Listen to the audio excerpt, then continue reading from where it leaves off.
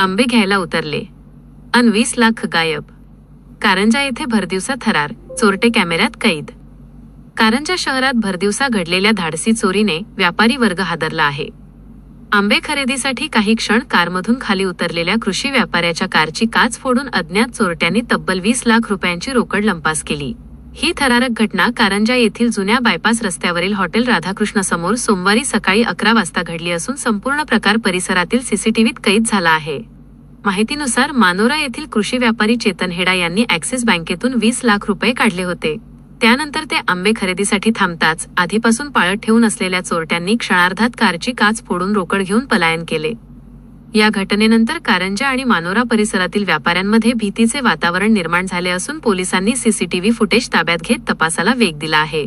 दरम्यान व्यापाऱ्यांवर पाळत ठेवणाऱ्या टोळ्यांचा तातडीने बंदोबस्त करावा अशी मागणी व्यापारी संघटनांकडून करण्यात येत आहे.